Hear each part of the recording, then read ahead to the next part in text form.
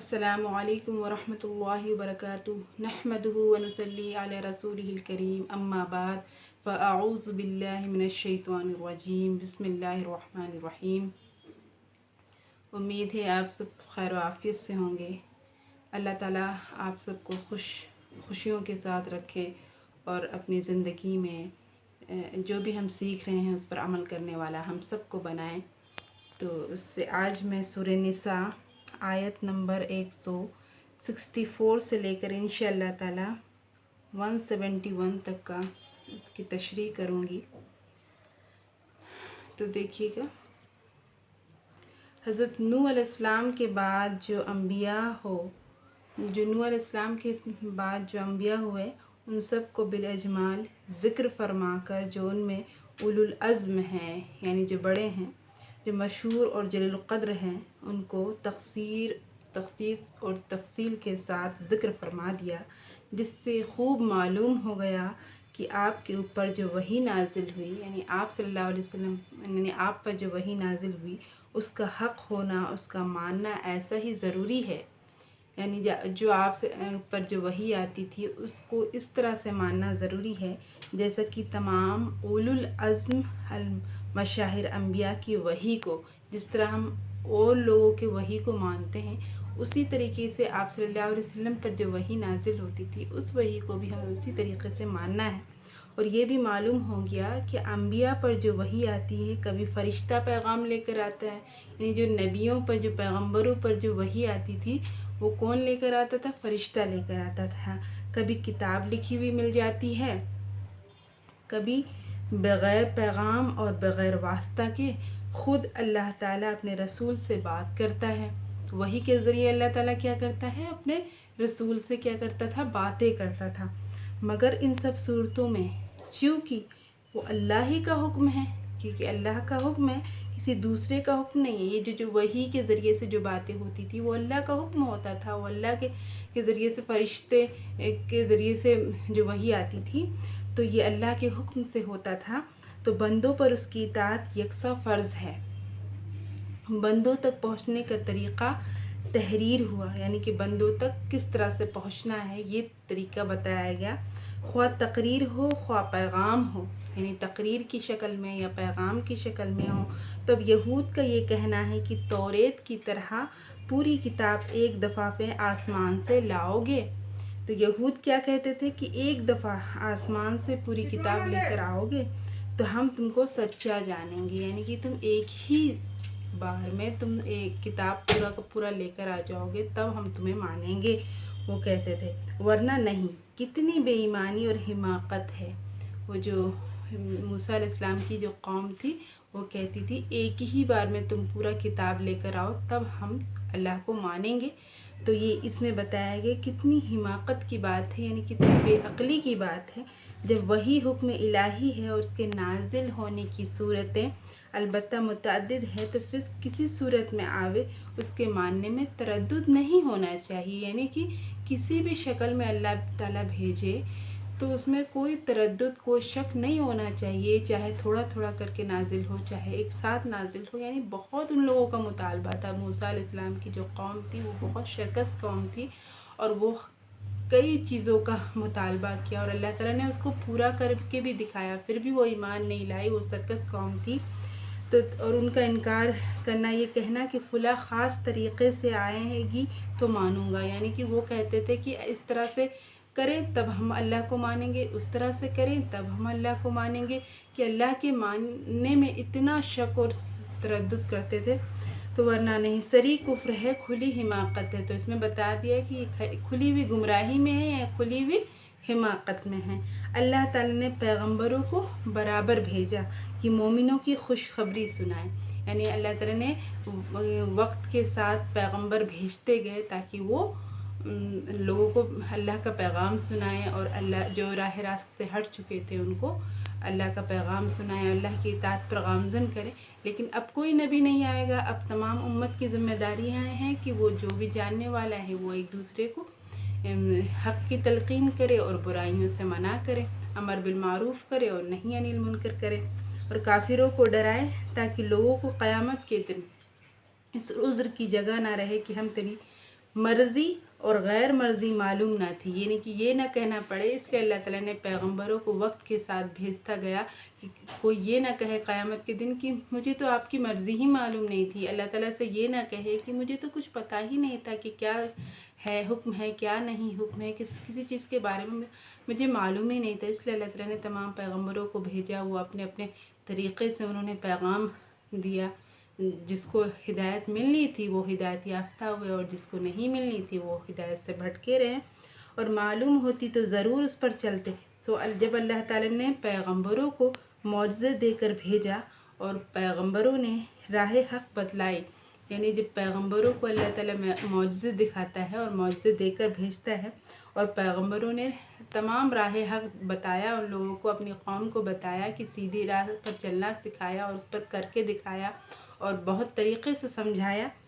تو اب دین حق کے قبول نہ کرنے میں اس کا کوئی عذر نہیں، یعنی کہ تمہیں ہر طرح سے سمجھا دیا پیغمبروں نے، اب تمہیں کوئی بھی عذر پیش نہیں ہونا چاہیے، لیکن تم عذر کے اوپر عذر کہہ ہی رہے ہو۔ وہی الہی ایسی قطعی حجت ہے کہ اس کے روبرو کوئی حجت نہیں، وہی جب نازل ہو گئی تو اب اس کے علاوہ تمہیں تو کوئی حجت مانگنے کی ضرورت ہی نہیں، جو اللہ کی طرف سے فرشتوں کے ذریعے سے وہی آ رہی ہے پیغمبروں کے اوپر، پھر بھی تم حجت مانگ رہے ہو، یہ فلاں ہو جائے تب ہم ایمان لائیں گے، ایسا ہو جائے تو تب ہم ایمان لائیں گے، تو یعنی کہ کس طرح سے تم اللہ پہ نعوذ باللہ شک کر رہے ہو، بلکہ سب حجتیں قطع ہو جاتی ہیں، یہ اللہ کی حکمت ہے اور تدبیر ہے، اور زبردستی کرے تو کون روک سکتا ہے مگر اس کو پسند نہیں، اگر کوئی زبردستی کرے تو کون روک سکتا ہے مگر اس کو پسند نہیں، یعنی وہی ہر پیغمبر کو آتی رہی، ہر پیغمبر کے زمانے میں وہی جو ہے نازل ہونے کا سلسلہ چلتا رہا، یہ کچھ نئی بات نہیں، سب کو معلوم ہے، لیکن اس قرآن میں اللہ تعالیٰ نے خاص علم اتارا ہے، اس قرآن میں اللہ تعالیٰ نے کیا اتارا ہے؟ خاص علم اتارا ہے، اور اللہ اس حق کو ظاہر کر دے گا، اللہ تعالیٰ فرماتا ہے اس حق کو ظاہر کر دے گا، چنانچہ جاننے والے جانتے ہیں کہ جو علوم اور حقائق قرآن مجید میں سے حاصل ہوئے، جو حقوق اور جو حق، جو علوم، جو علم ہے، جو حق ہے، وہ جو قرآن مجید سے حاصل وہ برابر حاصل ہوتے رہیں گے، یہ برابر جو ہے علوم اور یہ ساری چیزیں حاصل ہمیشہ ہوتی رہیں گی، کسی کتاب سے نہیں ہوئی، یعنی جتنے علوم جتنے حقوق کا قرآن میں ہے وہ کسی کتاب میں موجود نہیں ہے، اور جس قدر ہدایت لوگوں کو حضرت صلی اللہ علیہ وسلم سے ہوئی کسی سے نہیں ہوئی، یعنی آپ صلی اللہ علیہ وسلم نے ہدایت کا کام جو کیا ہے وہ کوئی بھی نہیں کر سکتا، جو آپ صلی اللہ علیہ وسلم نے تکلیفیں اٹھا کر مشقتیں برداشت کر کے دین پھیلایا ہے وہ کوئی بھی نہیں کر سکتا۔ قرآن مجید اور حضرت پیغمبر صلی اللہ علیہ وسلم کی تصدیق اور توثیق کے بعد فرماتے ہیں کہ اب جو لوگ آپ سے منکر ہوئے، یعنی کہ آپ صلی اللہ علیہ وسلم کی تصدیق کرنے کے بعد پھر بھی اگر وہ انکار کرتے ہیں، تو توریت میں جو آپ کے اوصاف اور حالات موجود تھے، یعنی جو آپ کے یعنی کہ توریت میں تو آپ صلی اللہ علیہ وسلم کے بارے میں بتایا گیا تھا نا کہ آپ صلی اللہ علیہ وسلم کیسے صفت والے ہوں گے، کیسے ہوں گے، کیسے رنگ کے ہوں گے، کیسا قد ہوگا، ساری چیزیں لکھی ہوئی تھی، تو حالات موجود تھے، ان کو چھپا لیا، اور ان لوگوں نے ان کو چھپا لیا، اور لوگوں کو کچھ ظاہر کر کے ان کو بھی دین حق سے باز رکھا، یعنی کہ دین کو مٹانے کی بہت کوششیں ان لوگوں نے کی، اور ان کو جو آپ صلی اللہ علیہ وسلم کے اوصاف اور آپ صلی اللہ علیہ وسلم کے بارے میں لکھا تھا وہ ان لوگوں نے کیا ان کو چھپا لیا، اور سو ایسے کو نہ مغفرت نصیب ہو نہ ہدایت، تو ایسے لوگوں کو نہ مغفرت ہوگی اور نہ ہی ہدایت ملے گی اللہ کی طرف سے۔ خوب واضح ہو گئے کہ ہدایت آپ کی مطابقت میں سے منحصر ہے، گمراہی آپ کی مخالفت کا نام ہے، جو گمراہی اختیار کرے گا گویا کہ وہ آپ صلی اللہ علیہ وسلم کی مخالفت کر رہا ہے اور اللہ کی مخالفت کر رہا ہے، جس سے یہود کو پوری سرزنش ہو گئی اور ان کے خیالات کی تغلیظ واضح ہو گئی، آپ کی اور آپ کی کتاب کی تصدیق، اور آپ کے مخالفین یعنی آپ صلی اللہ علیہ وسلم کے مخالفین جو آپ صلی اللہ علیہ وسلم کے خلاف تھے، یعنی اہل کتاب کی تغلیظ اور تفضیل بیان فرما کر اب عام سب لوگوں کو منادی کی جاتی ہے، یعنی کہ عام لوگوں کو یہ بتایا جاتا ہے کہ اے لوگوں، ہمارا رسول سچی کتاب اور سچا دین لے کر تمہارے پاس پہنچ چکا ہے، یہ بات یہ بتائی گئی کہ ہمارے نبی محمد عربی صلی اللہ علیہ وسلم جو ہے سچی کتاب کیا ہے،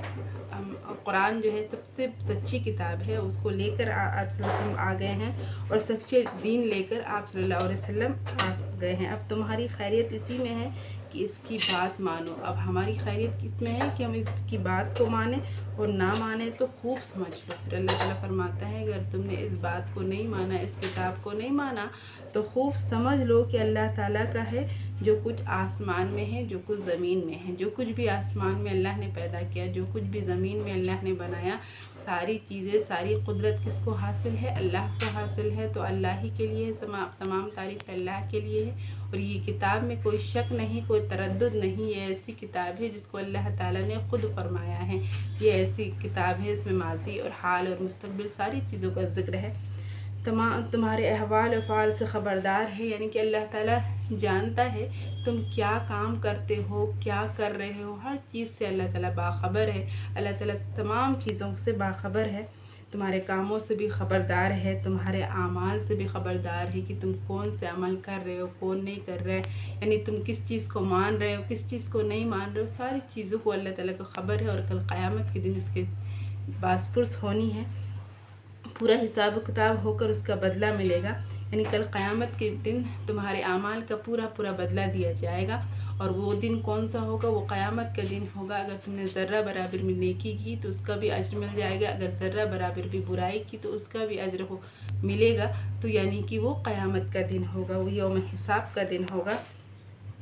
اس سے وہی جو پیغمبر پر نازل ہو اس کا ماننا فرض، اور اس کا انکار کرنا جو ہے کفر ہے۔ تو یعنی کہ وہ مختلف دلائل سے کہتے تھے کہ نہیں ایسا نہیں، ہم اس طرح سے نہیں مانیں گے۔ بہت سرکس قوم تھی، وہ مختلف طریقے سے کہتے تھے کہ ہم نہیں مانیں گے، اور فلاں ایسا ہو جائے، من سلوہ نازل کیا گیا، بہت ساری نشانیاں دکھائی گئی، پھر بھی وہ منکر تھے، وہ انکار کرنے والوں میں سے تھے۔ اور جس کو اللہ تعالیٰ نے ہدایت دینا چاہیے وہ ہدایت بھی پائے۔ تو اس لیے بڑی شکست قوم تھی۔ اللہ تعالیٰ ہم سب کو اس کتاب پر جو ہے شک و شبہات سے بچائے، اور اس کتاب کو یقین کے ساتھ پڑھنے والا بنائے، اور اس پر عمل کرنے والا بنائے۔ اور ساری چیزوں کا ذکر جو ہے قرآن مجید میں ہے، تو آپ سب جو ہے سنیں اور اس پر عمل کرنے کی کوشش کریں۔ السلام علیکم۔